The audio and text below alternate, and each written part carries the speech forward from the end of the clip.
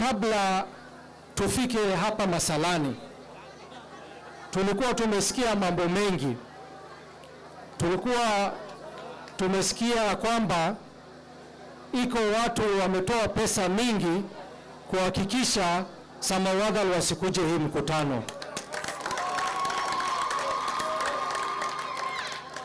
Nilikuwa nikiambiwa iko watu wanafanya kazi usiku na mchana wakitoa pesa, wakiambia Samawadhal wasiende mkutano ya Abdul.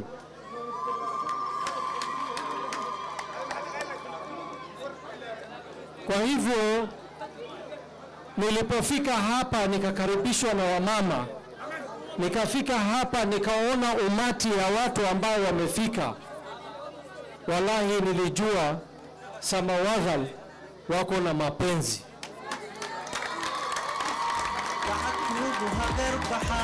Na nilijua wapumbavu wameisha kwa Samawadhal. Hakuna wajinga kwa Samawadhal tena.